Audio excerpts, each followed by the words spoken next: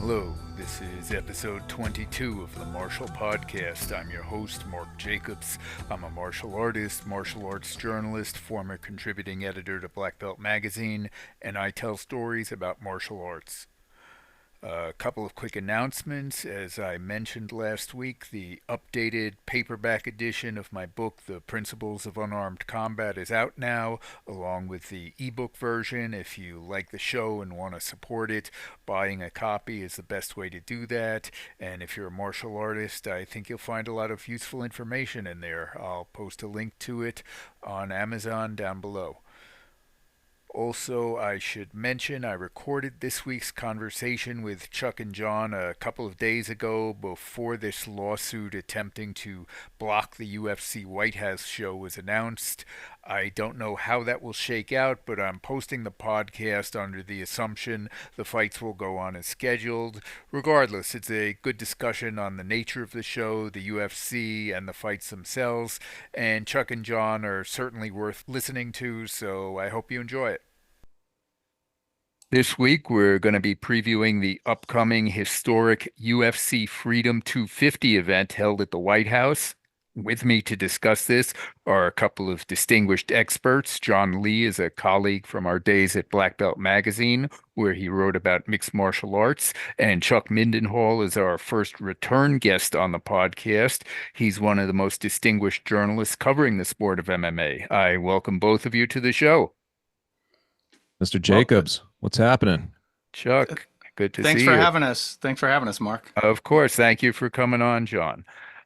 So now, I usually don't like to discuss anything too political on the show, but with this event, I don't think you can ignore the political and cultural ramifications of it. So to start with, I will say that for many years, I've been hearing historians and pundits compare the United States to the Roman Empire, and I've always found that metaphor to be a little strained.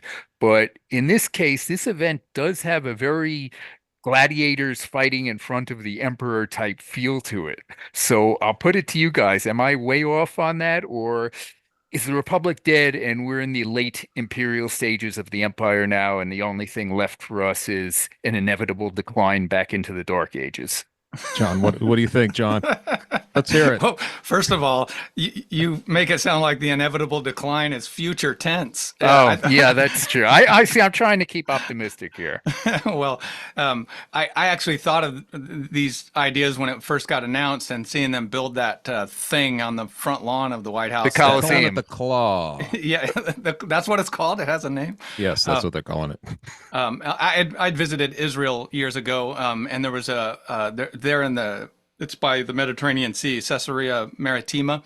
There's a place called the Hippodrome, and there's a little stadium there. Mm-hmm. And our guide at that time told us that, yes, it is true that typically the emperor would be right at the finish line of all the races so that he could see who finished. He would be right in the middle of the emperor's seat. But if you go down just a bit to the last turn of the race in the stadium, that's where all the crashes happened. And this is before the days of television, I take it, right? Like yes. It was absolutely their television. We didn't have replay. Hey, this could be your next thing from Dana White after Power Slap. Oh my God. Well, I just draw a parallel there that the only thing more like the emperor sitting at that turn to see crashes is the president of the United States sitting cage side at any fight. Now the fights went to the White House. So yes, it's impossible not to draw parallels in my opinion. I guess the first real question a lot of people who aren't MMA fans, and even some who are MMA fans, are asking is, should an MMA event be held at the White House? Is that out of bounds? What would the founding fathers have thought of this? Well, it's a tough one, because in every other president, you look at the presidents that have stood before, and I think that so many of them would be almost impossible to imagine this happening, right? Mm-hmm. Like it's almost like there was such a high ground with the president, like where they stood and the way they viewed things, that even when Obama would talk about basketball, for instance, it felt like, oh wow, man, he's taken the time to actually zero in on something that's at ground level, even if it's a big deal for fans. But this is like to actually kind of associate and to bring this big hootenanny to the White House, presumably for the 250th anniversary of the United States, but directly on the president's 80th birthday is Yeah, I noticed that too. yeah. I mean, this is just I could never have imagined this. I mean, this would have been like this is like a movie. This is like if somebody said like, "Hey, we want to write this," you would say that's just ridiculous. That could never happen. Your mind would not even want to go there. That's where this is at. But I think because, the Trump administration, the whole time has been just such a lunatic excursion for Americans in general. Like this only feels like par for the course in a very strange way. So in this bizarre way, like it makes sense to this now, but it makes sense to no other part of our history that I can recall. Like there's just nothing like this. Yeah. Well, was thinking about the fact that when you said, Chuck, because I totally agree that you can't rewind and go back in time and imagine any other administration where something like this would happen. I tried. I went back. I'm a middle-aged guy. Imagine Van Buren watching, Yeah, Coolidge. I didn't mean going that far. I didn't mean that far back. I just meant since I've been voting since I've been a kid. And the fact is even you mentioned basketball. Even the Olympics aren't like MMA. You don't see broken bones and blood spurting and curling or anything. So that even if they did do a nationally kind of represented sport, MMA is weird by itself. I do tend to agree with both of you on this, but I did a little research and I found some claims that John Adams actually engaged in boxing in his youth, which would have been bare knuckle boxing back then. And people at the time of the founding fathers probably did have a little different understanding or tolerance of blood sports. Things like cockfighting, bare knuckle boxing, which was much more brutal than the bare knuckle boxing you see nowadays, were not uncommon. But that being said, I think to have done it on the White House, probably would have been a bridge too far for any of the founding fathers. They could just build the bridge on the White House lawn if that was too far. Yeah. I think what I found most disturbing about this, and you guys know I like the sport of MMA, and I'm not exactly known for my own sense of decorum, but No, you're not, Mark. Thank you, Chuck. But I read that they're going to do the pre-fight press conference and maybe the weigh-ins, I'm not sure about that, at the Lincoln Memorial. And Lincoln is considered by many people a virtual American martyr. And to use the national monument to his memory as a prop for a bunch of fighters to scream at each other and mug for the camera, have we lost all sense of propriety as a society, do you think? Like I said before, you spoke future tense, and I'm not sure I agree. Yeah, propriety, what's that? Can you define that for me? Yeah. Yeah, I mean, it's almost. Again, this is why it's impossible to like keep it from being political. But it's almost like the UFC is integrating its product by going to the White House. It's not the opposite in some ways. In some ways, it's like that's right. They've lowered themselves. Yes, in a weird way. And I mean, I'm not. Here. It's just the current state of things, and without.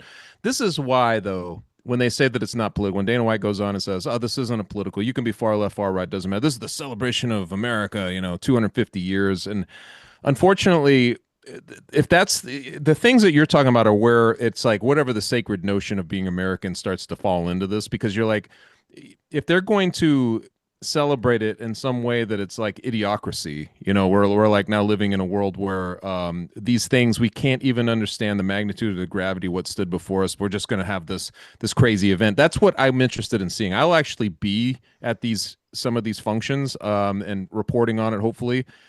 And so I guess that's my biggest concern is like, is this just making a mockery of American, like what has stood before us? I mean, for the longest time, if nothing else, you could disagree with who was the president or whatever it is, but it was like a sacred office, right? And there was a way of being held to that. Like there was something that joined George Washington all the way up. It was like this was the sacred office, and I wonder to what extent that's going to be like an ick factor in the end, So we'll see about that. Yeah. I just think with what you said earlier about decorum, I think if there were more dignity in our world right now, with between the parties, more respect and dignity, I think this would be very much celebrated. I just think it's the overall culture we're in right now. I hate to even sound that ship has cynical. sailed. Yeah. Yeah, but I do think it affects like even our fans of the sport view of this event, right? It's Well, affecting us. I Like, know Greg Jackson chose not to show up for this thing. He didn't give a reason why, but I think we can maybe speculate why that is. I mean, there's So, plenty of teams that win championships that just opt not to go, right? I mean, and yeah, it's just that's their right, but it's yeah. also a statement. And yeah, we've seen a lot of this. It's not unique. So I'm surprised we're not seeing a little more of that from the participants in the UFC and that sort of thing. But you're catching occasional glimpses of the Jacksons out there. Yeah. yeah. Now, the fights themselves are going to be telecast only on the Paramount Plus streaming service, which you have to pay for. If you are going to do the event at the White House, which is itself kind of a national monument, should it be on streaming or should it be broadcast on network television, CBS, I guess, where the whole nation has the opportunity to watch it for free? Well, this is kind of like the debate between like what just about all the people involved are speculating like what is happening with this, because it's been kind of murky how it's being handled where it's actually streaming. We don't even know for sure which fights are streaming and which fights are on CBS. We're guessing that the prelims, right? The prelims Yeah, are on there? I haven't heard anything about the I just main event, heard the co-main event, and Just heard Yeah. yesterday or the day before on Ariel's show somebody say that nothing's going to be on CBS, but uh, I may have heard that wrong. So I mean, and which means that it's all geared towards from the perspective of Paramount Plus relationship with UFC. It's all geared towards Paramount Plus. This is all about trying Yeah. to drive as many new subscriptions as they can. but but You is know, it even a smart business and PR move for the UFC to not have this on CBS where everyone can see it? Netflix is claiming the recent Ronda Rousey fight on there was the most viewed event in MMA history. I'm not sure if that's just in the US or worldwide, but if they put this White House card on CBS in prime time, I think that would easily eclipse the numbers the Rousey fight did on yeah. Netflix and would be by far the most viewed event in MMA history. Did the UFC miss an opportunity here? I'm going to say yes if what you said were true, but I think they want so badly to own that corner of the market that that the Paramount subscriptions probably mean more in dollars than the CBS might in exposure. I think. And the deeper run of politics here too. Like, just I know that like Paramount Plus, I just read this in the Hollywood Reporter, was something about $111 billion deal with Warner Brothers, was it? Something like that. And obviously, there's these factors because we're talking about, you're talking about a president and an administration, but you're also talking about a businessman, and people understand business and politics, and that, and all these things, and how deep this runs in a business sense. And I think that somehow becomes more important. You know what I mean?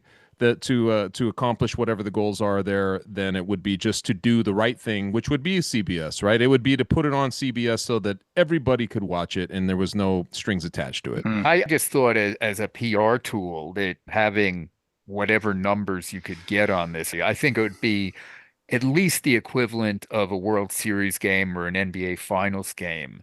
Yeah. For the ratings on this. It's a lot of people that might not normally watch the UFC that would be drawn into it. So it's still going to happen. I agree with you. It's not going to, we'll see how this plays out, but it's still going to happen that these numbers are going to be ridiculous, because everybody's going to pay attention to it. I don't know about you guys, and I don't know, like, John, I don't know how much like you people, talk to you about the UFC, or Mark. I don't know if they talked about it. I hear about it all the time. And a lot of the people who are talking to me right now are people who never watched the UFC. I mean, they know it's associated. They know it's a White House thing.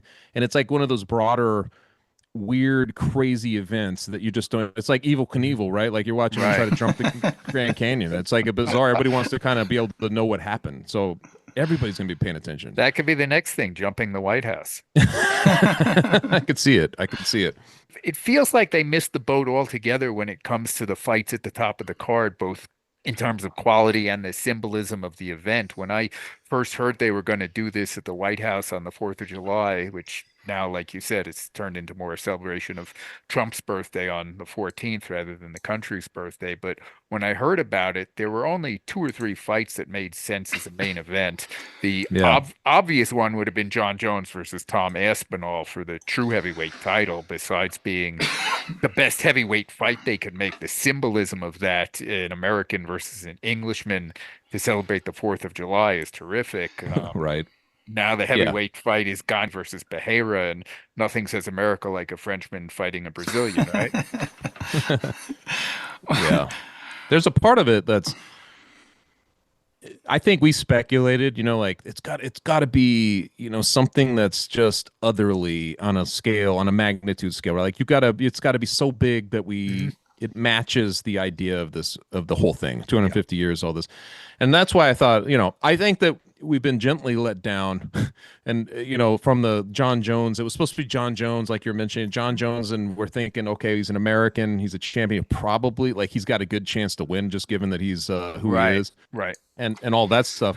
But it's been a series of compromises. And I think from people who follow the sport, this looks like a card that's sort of like, well, wait a minute, this isn't synonymous with much. Like even when they did this Sphere, they tried to have a Mexican flavor to it. In most of those fights, they tried to bring some kind of Mexican, this warrior, this warrior, this warrior, and that's what they played up.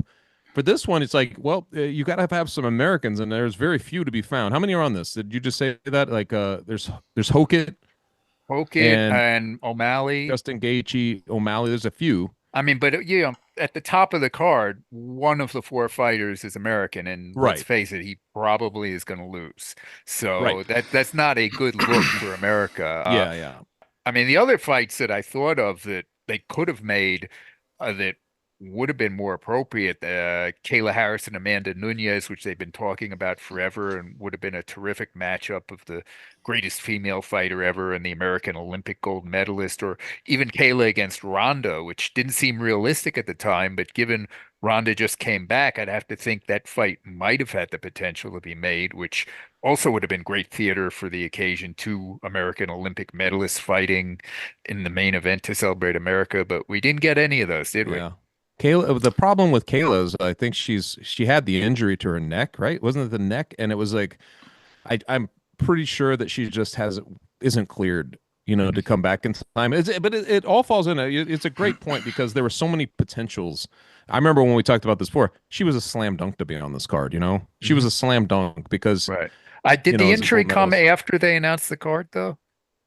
She was supposed to have faced Nunez.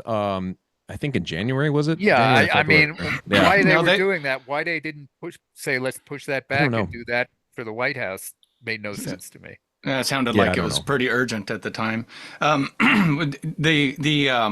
You're talking about this a time that I think that we're living in where patriotism is weird, right? So when was the last time you heard in any UFC event the USA chants that weren't in Florida or something like that, Yeah. Because that patriotism is kind of weird. If you go see the Chinese fight cards or the French fight cards that are out there, those people rally behind their guys. And back to the Roman thing you mentioned earlier, I mean, gladiators and charioteers and those guys, they represented their country so that they would. It's been a while since we've had that kind of thing, the fights for the troops that we used to see and things like that, to where there was a sort of a collective, I don't know, rejoicing in our nation as a thing. So I actually think it might be that they missed the boat, but it might also be that it's just not there these days with the way our country is, that we're not cheering for our guys like we used to. So and frankly, the card itself is kind of representative of the UFC roster that.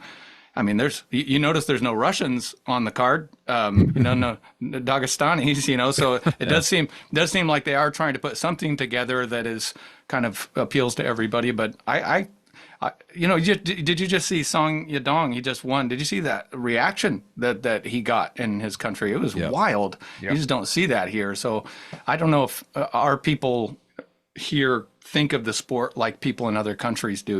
I just think we're still a little in that corner, over in that corner over there with the with the outcasts. As for the fights that we do have, the co-main event of Pereira and Gane, what do you guys think of it? Well, Chuck has to be careful, right? Because you see that guy around town, don't you? I don't see him as much, man. I think he's like he does like he trains at Teixeira's, which is about 10 minutes from where I'm at here. And you will see those Teixeira guys all around. I haven't seen Pereira though around in a while, so I don't know if it's just that he's too busy or if he's on the mansion on the hill at this point. I'm not sure, but I think it's a great fight. By the way, I think it's a great fight. I love this fight. Yeah, I love the fight. I hate that the heavyweight division is like in this. It feels like we went down a rabbit hole and we've never been able to come out of it. In fact, we just keep going down other rabbit holes in it because from where it starts all the way back to Francis Ngannou through John Jones, now Aspinall, and all the way now to this fight, you're four removed from the original belt, and it's just it becomes such a strange. I was going to bring that up. They want to claim that this is an historic fight. If Pereira wins, it'll be the first fighter to win UFC titles in 3 weight classes. But this is an interim title, which to me is never anything more than a fight to decide who the number one contender is. It's a bogus belt they come up with to hype promise ring. Yeah. And for Pereira to say he's won a legitimate championship in 3 weight classes, he's got to beat Aspinall, or maybe John Jones, who relinquished the title, wasn't actually beaten by Aspinall, or maybe Ngannou, who left the UFC as the actual lineal champion and never lost that time. None of these guys seem to want to be fighting in the UFC anymore. Is the heavyweight division just a complete mess for them at this point? I mean, it seems to me it is, John. Like, this is one of the situations, especially with Eddie Hearn. I don't know how much, Mark, I don't know how deeply you watch this stuff, but Eddie Hearn is now representing Aspinall. I'm not clear. Is he planning on representing him, bringing him into boxing, or somehow? No, I mean that's kind of in MMA. It's both, I think. Yeah, I think he's kind of. The chatter would be that he would, if he could, and which he won't be able to get out from under his contract to fight Francis in an MVP event. Right. So it isn't just the heavyweight division that's like that. There's a lot of, I don't know, sort of a lack of clarity in a few divisions in the UFC right now. I think, and the fact that Pereira is essentially the biggest star at heavyweight, and this is his essentially his fought at heavyweight. So what are your predictions for the fight? I think Pereira wins. I think Pereira wins if he can, because he's real square. He stands straight in front of guys and goes right at him. And Gon's going to do the around the cage thing. Circle. He's going to try to get away from him. But I do think when Gon tries to attack, that's when Pereira shines, unless you're Izzy and you catch him that time, But I think Pereira has all the tools to beat him. That one thing we haven't talked about is that both the main and co-main, both are guys that went up in weight class. Mm-hmm. So does Pereira have that power against a guy like Gon? Because Gon can take a punch. We know that. So but I think Pereira just has the exact also kind of tools. Slightly like a little bit of a thing about Gon. I don't know if you'd put an asterisk or something, but like in the biggest moments, and especially against these guys who are a little more like champions, generational type guys, like he has not been his best. In fact, he's looked at as worse. That John Jones loss that he took you could look at it one way, like, oh my God, John Jones, how great did he look? Or you could look at it the other way. You're like, Gon, where were you? You didn't even show up come fight night.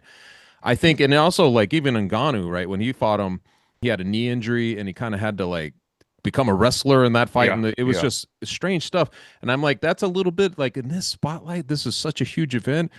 He was doing well against Aspinall up until the eye poke. That is true. And that was that's why there were so many answers in that fight that we didn't get a chance to really get to. But I'm not saying that Gon won't like have a great chance. I just think that there are guys who are meant in these, like for these moments. And Pereira just seems like he's always ready for these moments. And I just gotta, it's an intangible, but I just feel like he knows what to do.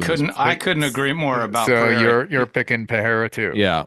I'm picking he never wilts. Have you ever seen Pereira wilt? Have you ever seen him give in to pressure? Really. I mean, he'll get knocked out, but he does not have those nerves. He feels like he's cut out for it. Yeah. I went back and forth on this one, but in the end, I have to go with Gon. He's a naturally bigger man. Pereira was knocked out by Adesanya, who is a 185-pounder. So I don't know how well he stands up to a 245-pound Gon.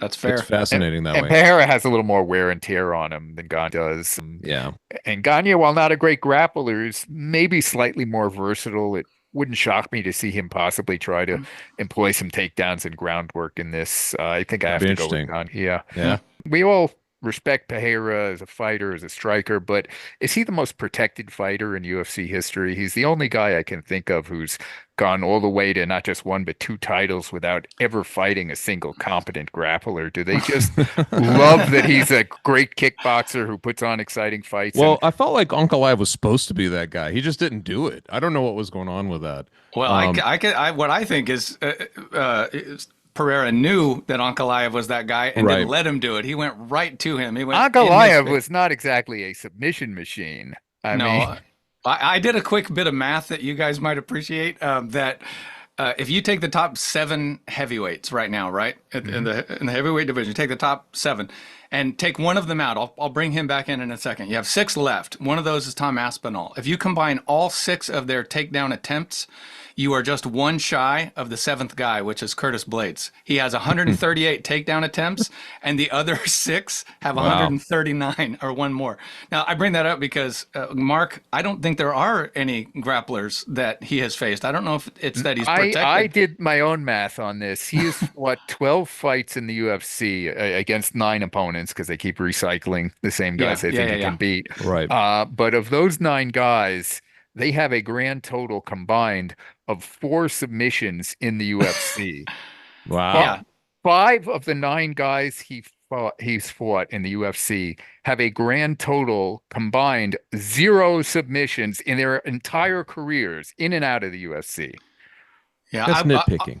My argument, if I had an argument, would be that is as much about the UFC as a whole as it is Pereira. Meaning, I think they have been steadily over the years weeding out the lay and pray, absolutely. Heavy wrestlers, so that there just are less of them for him to face. That might be, the intention of that might actually be to protect the strikers. You might be right about that, but I do think that there just isn't those really legendary Damian Maia kind of grapplers out there in those weight classes. I hate the way the UFC's tried to change the essential nature of the sport. They want every fight to be just a stand-up striking brawl, but to me that ruins the essence of it, which is that it's a complete fight, stand-up and ground.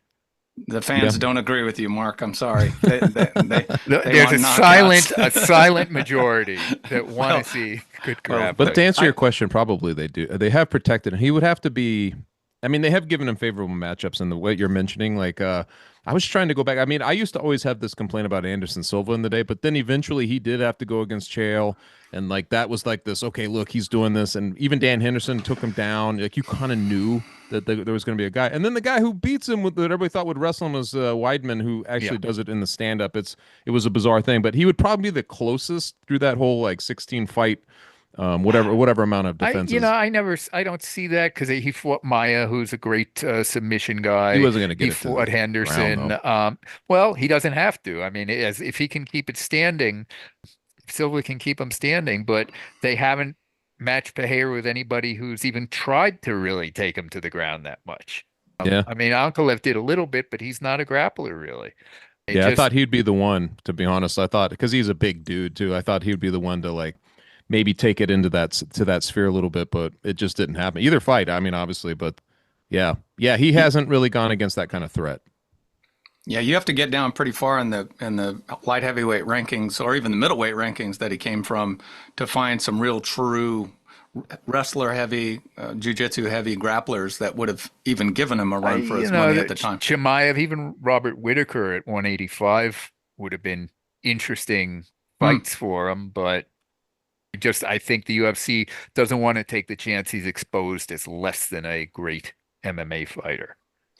Yeah, I'm not, far be it from me to defend the UFC, but but I do think there multiple moving parts in that are probably at work, but I wouldn't put it past them to protect him so that the mystique can carry on, Yeah.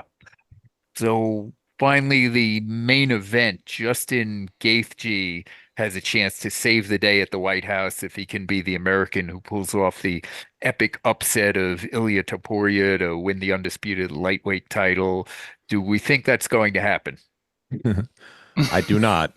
But there is a little bit of an element of, I don't know. Maybe there's something that Gaethje's got to say. I just feel like we know what Gaethje's going to do, and Topuria is very good against guys like him. Like if you're going to punish aggression, like this is the guy that you would do this against, right?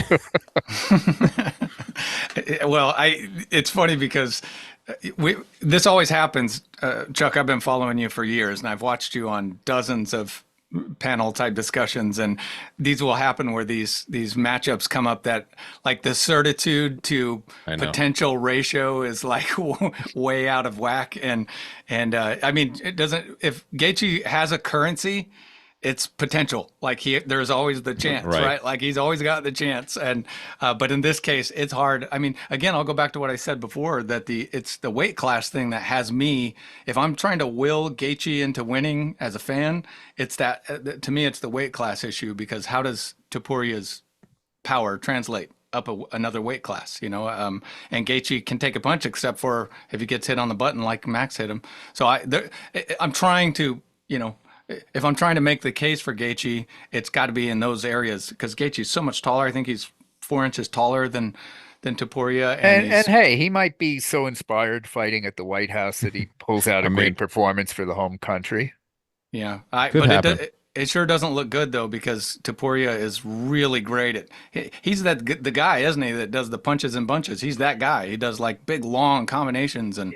He has professional caliber boxing skills. Oh yeah, good professional caliber boxing skills. That's unfortunate, like for Gaethje, because it's just like he just gets pieced up. It doesn't matter who he's fighting. It's just he takes punches. Yes, you're not going to be able to take a lot of those punches. I might be wrong, but the symbolism for America may not be looking very good here. I expect Topuria to stop him in the first couple of rounds. Now, did you think that Chimaev would lose to Strickland?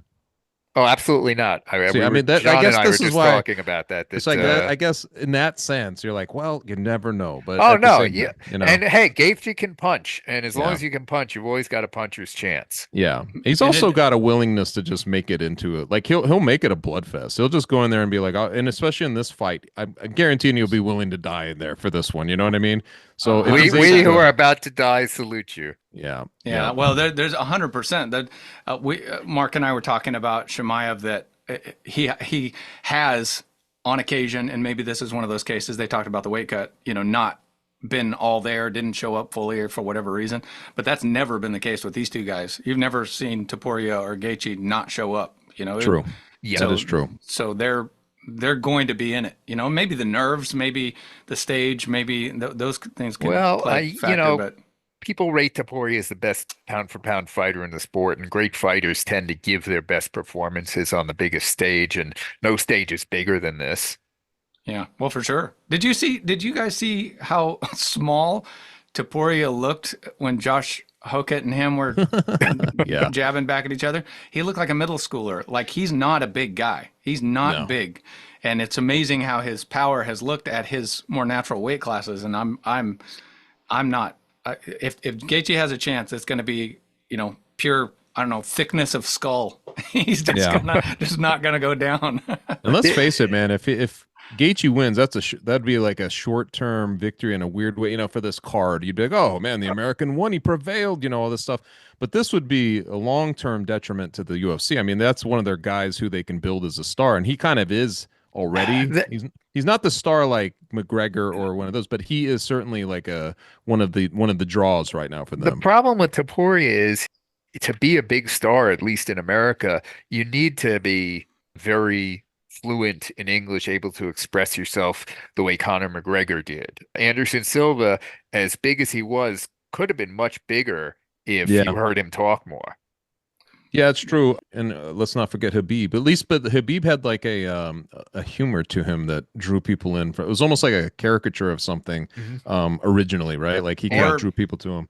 Or Pereira. He's not that capable in speaking English and out there and he still has the mystique. But I think his is the mystique. He's a star aura. Though, for sure. Yeah, but I'm not on the level of a McGregor or I don't Rousey. know if we'll see that.